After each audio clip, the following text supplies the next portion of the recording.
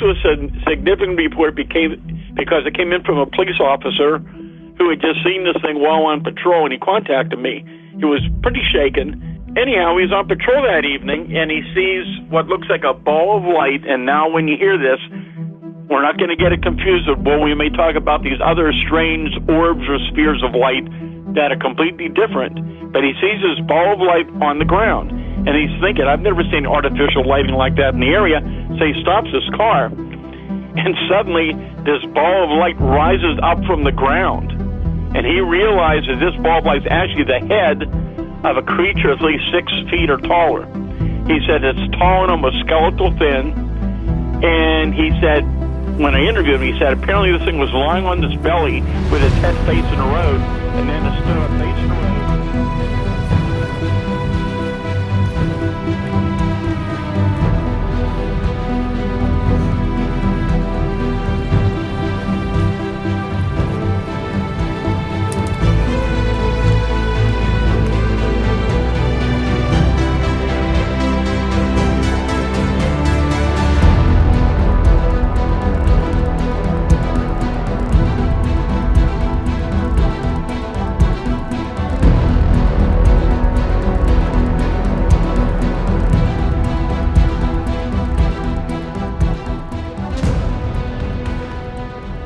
Hi guys, thank you all so much for joining me back here again on the 401 Files. It's an absolute pleasure, as I always say, to be joined by so many like-minded people from all around the world.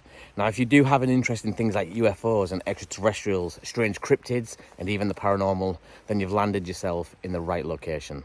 Without further ado, guys, please do kick back, relax, and enjoy. There were no eyes, just black sockets, and you could see a mouth that, when opened, would be massive. And as soon as I made eye contact with it, it ducked back behind the shed. I didn't think much of it, and I went back in the house.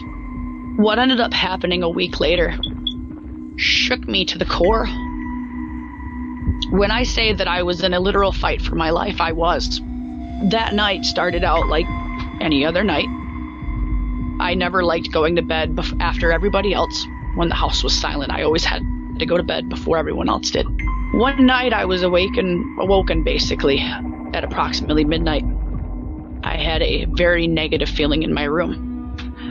There was some entity there that I didn't know what it was, and it woke me up. And what I saw at the edge of my bed, down by my feet, was the same head that I had seen behind the shed behind my father a week prior.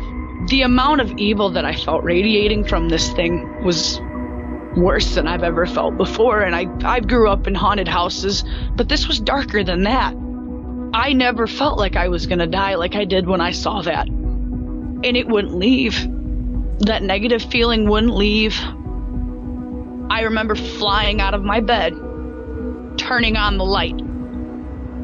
And usually when you're in the middle of the night and you turn on the light in your house or the light in your room, you'll feel like all the negative energy has gone to the shadows. Well, it didn't. I think that's something a lot of people would have a hard time understanding with me here on the 401 Files. If they was new here, a lot of you guys that have been here a while now, you know where I stand. You know that I talk on a whole range of weird subjects. But let's just say that somebody arrives here on the 401 Files today and they listen to me speak. I think the number one thing that they would find weird is that I talk about Bigfoot and I'm here in the UK. The reason it's not so weird is because of my belief system. Like, I don't believe that Bigfoot is an undiscovered hominid. I believe there is something more. What that something is, whether it be paranormal, extraterrestrial, or even something that we just don't have the words to describe for yet, I don't know. But I believe there is something more. I don't believe it's a flesh and blood, undiscovered creature. And I got to this opinion, I got to this belief system through my own experience. A lot of you have heard my story back in 1997 when I was 10 years old roughly, and I had this weird experience with something walking through the woods. This story went viral, it went all around the world, and it's stuck with me ever since. Now, do I think that what I saw was an undiscovered creature? No. I've never seen anything like it before that time, and I've never seen anything like it since that time. I don't know what it was. To me, it felt extraterrestrial. To me, it felt otherworldly. But I can't say that I do believe it was an undiscovered creature. And, you know, the reason I got to the whole Bigfoot phenomena and talking about other strange cryptids is because I thought to myself, well, if I can see something walking through the woods that doesn't, to me, belong here, maybe all these people that are seeing Bigfoot creatures and dogmen and a whole host of other cryptids, maybe they are seeing things from somewhere else as well. And so I am of the standpoint that some of these cryptids could be extraterrestrial, paranormal, interdimensional, and that's the route, that is the standpoint that I take. And that is how I'm able to talk about Bigfoot here in the UK. Some people might attack me for that, some people might disagree with that. And I'm completely fine with both of those things, and I'm also completely fine if I'm proven wrong at any point. The reason for me making these videos isn't to be right, it's not to put anyone else down or make everybody believe that I'm the number one force to be reckoned with when it comes to cryptids. I'm more than happy to be wrong. I'm more than happy to be proven wrong. I'm more than happy for someone to open my eyes to a different theory or a different possibility.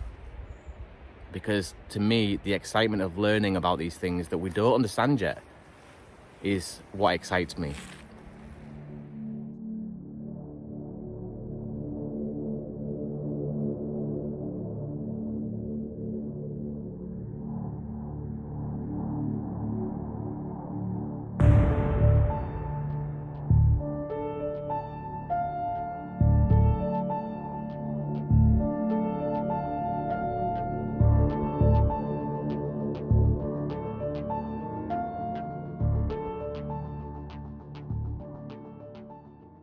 It's getting noticeably colder now. I just recently bought this new coat and it is good. I like the look of it.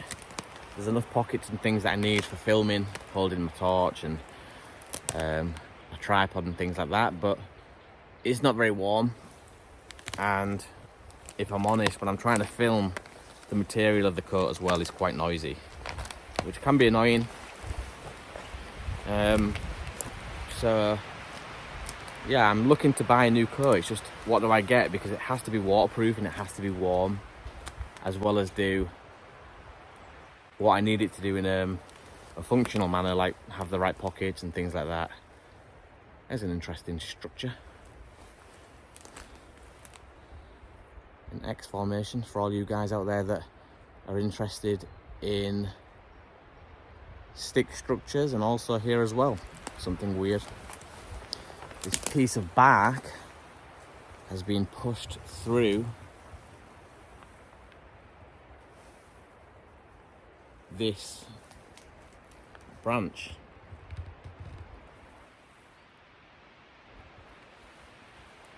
Weird. It's the only piece of bark on any branch in this wood, right next to that structure. So, yeah, crazy.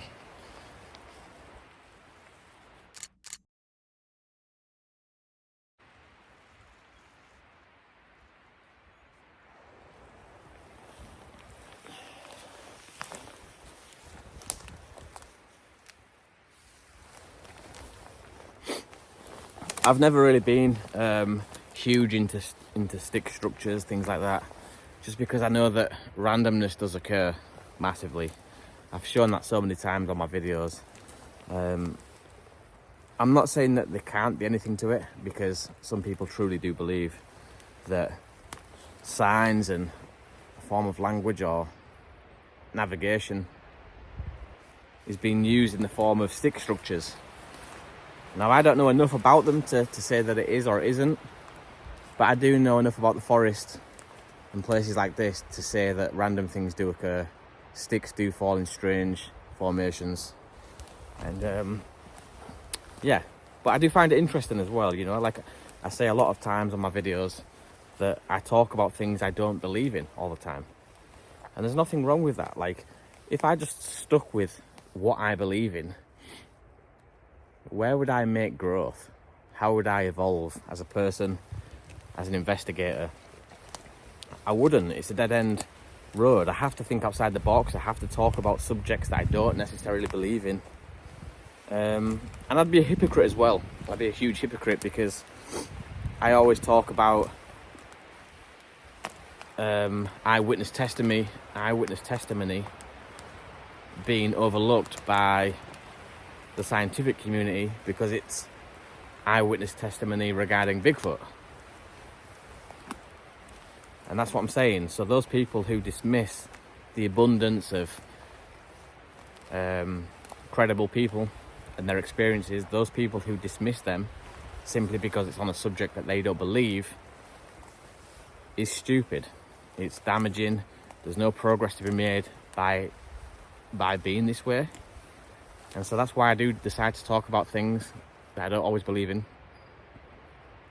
Because maybe one day my mind might be turned. Like maybe one day my opinion might change. I might think, oh my God, I've had this so wrong for so long. All those millions of people were right. And that's why I do it. I like that you guys give me free rein to do that as well. You know, if you all held me accountable and said, oh Ben, you know, you're talking about something to do with extraterrestrials now, when usually you talk about cryptids, or Ben, you're talking about cryptids when usually you talk about extraterrestrials or the paranormal. I'd hate to be pigeonholed like that, because for me, it's all linked anyway. For me, there is a tie between these phenomena. Like, I don't know how, but what is that? Some kind of a skull. That's a weird looking skull. I'll flip the camera over and let you guys see this. Just found like a strange cranium. Not Ukrainian, by the way. I said cranium. There's a difference. That's a weird one.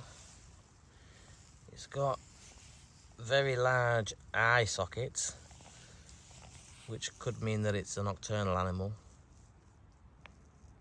But there's no part of the bottom skull. So I don't know what this is.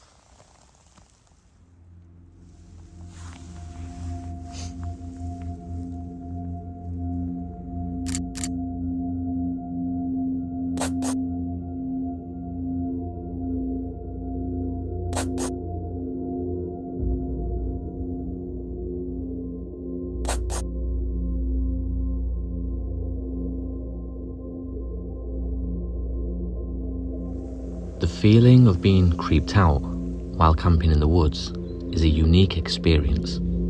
It's not just about the fear or the unease, but for me, it's also about the thrill and excitement that I get from the sense of adventure.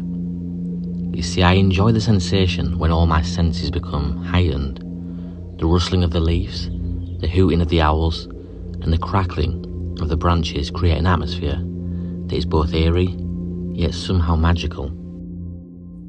So this is the loneliest part of the day.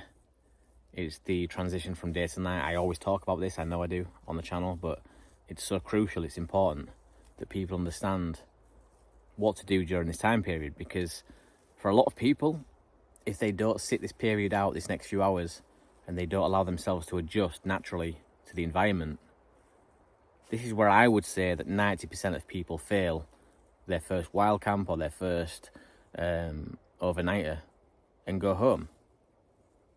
A lot of the reasons why they go home is because they have this momentary flap of, oh my God, what am I doing here? How did I end up here? Like, I'm just going to go home. There's still light. I can still make it back to the car. And that's why they fail. I reckon that most people who actually get through that period and are under the tarp or in the tent after nightfall, very few of those people would dare venture back out of their tent, pack everything away, and make their way through the forest in the dark. Very few people fail at that point because they're fully committed. And so, yeah, it's very important, this transitional phase for me, because we have to allow ourselves to make the changes with nature, become nature, essentially. You know, if you're sat under your tarp or in your tent and you're playing on your phone, you've got this big bright screen in front of you, and then all of a sudden you look up and it's almost pitch black dark outside.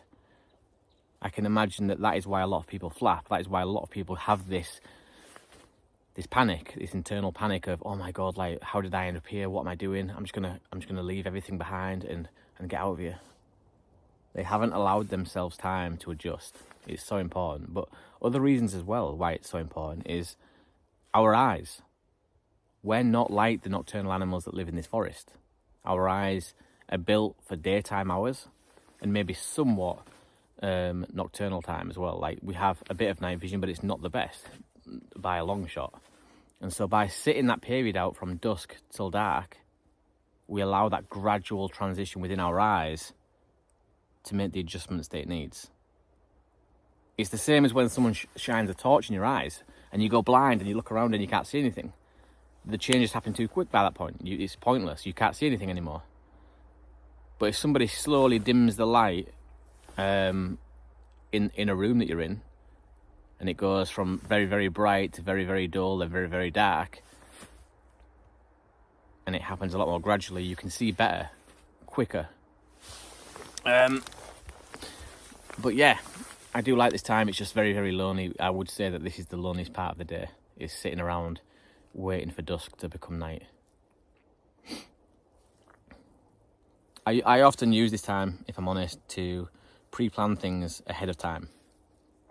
If X, Y, and Z should happen, what would I do? What would I grab? Where would I go? What would my strategy be? And this is the time that I plan all this out. 99.9% of the time, none of it ever comes true, none of it ever materializes. And that's what we want. We don't want things to be happening while we're out on our own, camping in the forest. Once nighttime comes, that is when the real fun and games start. If I think all the time, I have nothing to think about except thoughts. And so I'm never in touch with the real world. Now, what is the real world? Some people have the theory that the real world is material or physical, and say it's made of kind of a stuff. Other people have the theory that the real world is spiritual or mental, and don't realize that the past is caused by the present. But the truth of the matter is, it all begins here. When modern Protestant theologians of the sort of liberal type are saying God is dead, they mean not that literally, they mean a certain image of God is dead.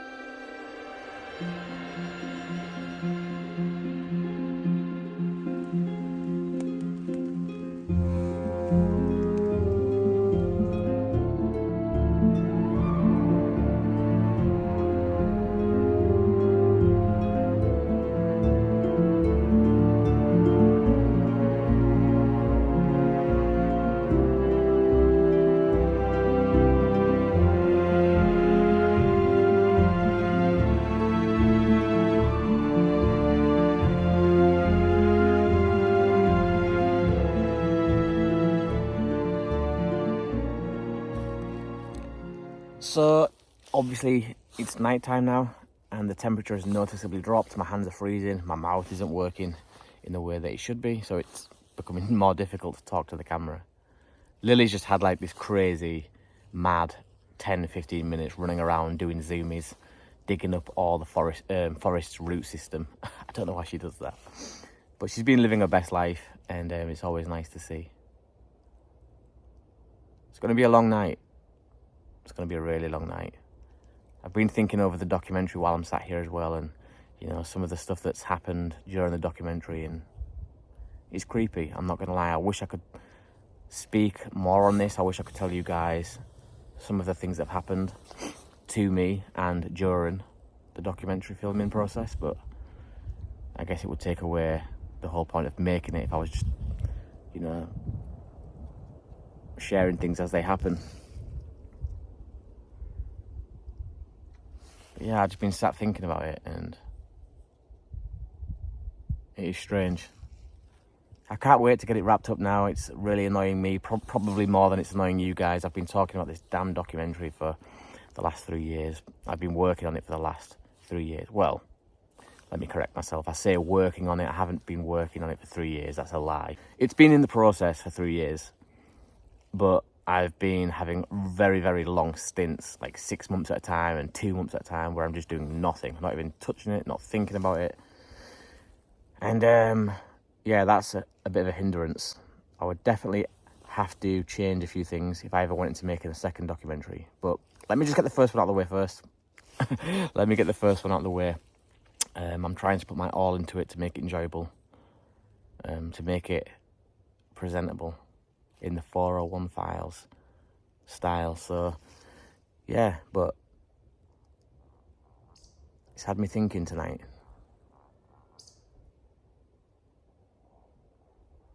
Can you guys hear that noise? Lily, come.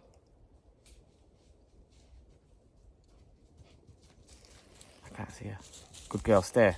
Good girl. What was that noise? What was that noise? Good girl. Yeah, I heard this new noise tonight. It's like, sounds like the grating of teeth, like something is grating its teeth. I mean, it's probably not that. It's quite high up as well, so I'm assuming it's a bird of some kind. I wrote a post on the community tab a few days ago, I think maybe about a week now, if I'm honest. And it was asking for stories to come in of anyone that's had an experience, to share your tales, to share your encounters, because that's what this channel ultimately is about. It's about you guys. You know, I'm just the voice here on the channel that gets out and tries to have my own experiences.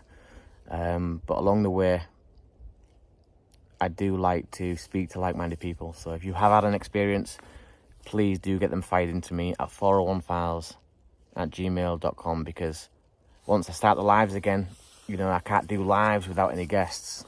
The way that I run the lives is to have people on there in discussion, talking about these things and just chewing the fat basically about what is what. So yeah, if you've had an experience, if you're okay with coming on the lives when they start, then cool, even better. Please fire them across to me at that email address and we'll have you on. Why do I say we? Like I'm some kind of a huge organisation with people working in the back. It's just me. It's just me.